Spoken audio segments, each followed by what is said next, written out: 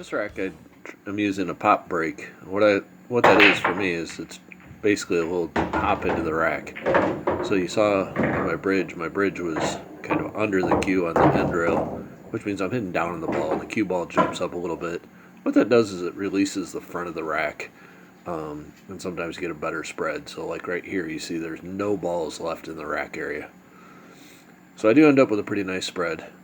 What I start with right here is I just decide to use the solids. They're kind of a little bit easier. Right at the beginning, I kind of position myself in the middle of the table, and I give myself an opportunity to use the 4 to bump that 6 out, just make it a little easier. Coming off of that, I'm pretty confident I'll end up with an A shot on the 5, if not the 6, which I had a shot on the 6, but I want to save the 6 to get on the 8.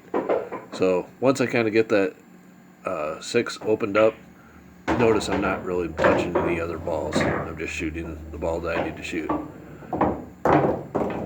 So I shoot that ball. Now I get the shot on the 1. What I really want to do is get on this side rail.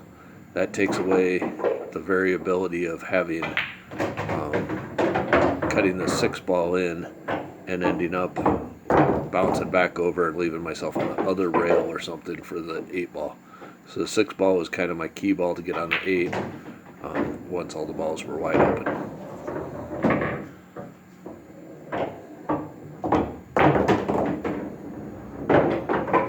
In this next rack, you actually get a little bonus rack. I don't actually get out on this rack, but there was a couple good learning points, is why I included it. First of all, I didn't really like the 10. I mean, I could have banked it, something of that nature. So I don't really have any easy shot to start with, other than this 13. But I know I'm going to hit that 8. And what I really want to do is make sure that I don't push the 8 behind the 2, which is exactly what I did. So there was a big mistake right at the very beginning. So now I'm going to try to get myself in a position to get that 8 out right away. So what I'm going to end up doing is I hit this 9 in the side, use the 7 to kind of stop myself, and then I've got this 12 to get the 8 ball out. So nice little follow on this 12 ball, get the 8 out of there, give myself a chance to run this rack.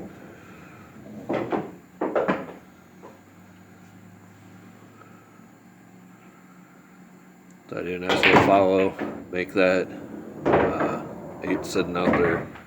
Not too bad, although it got kind of close to that 6 ball.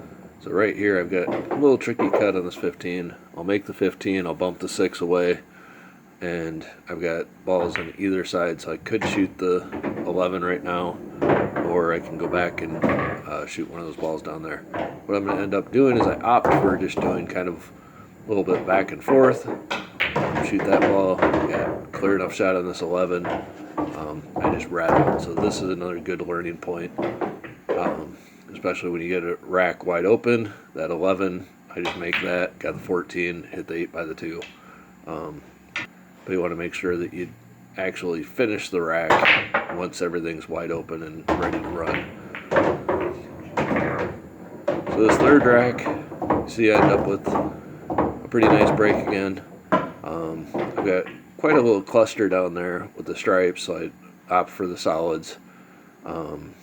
And my first shot, just try to get myself up wide open. End up deciding to go ahead and go with the 6. Pop kind of around the table. I'll shoot the 7 next. And at this point, once I kind of did that first little bit, I'm not touching any extra balls. So each shot, and I've harped on this on a few of my other racks, I'm just trying to make the 1 ball at a time and not touch anything, not move anything.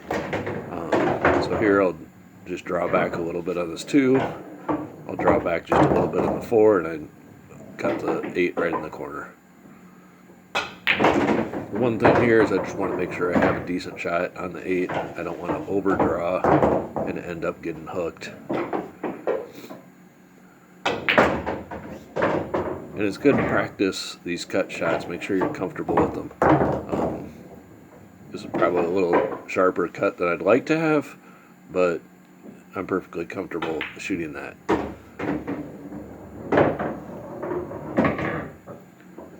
All right, please like and subscribe.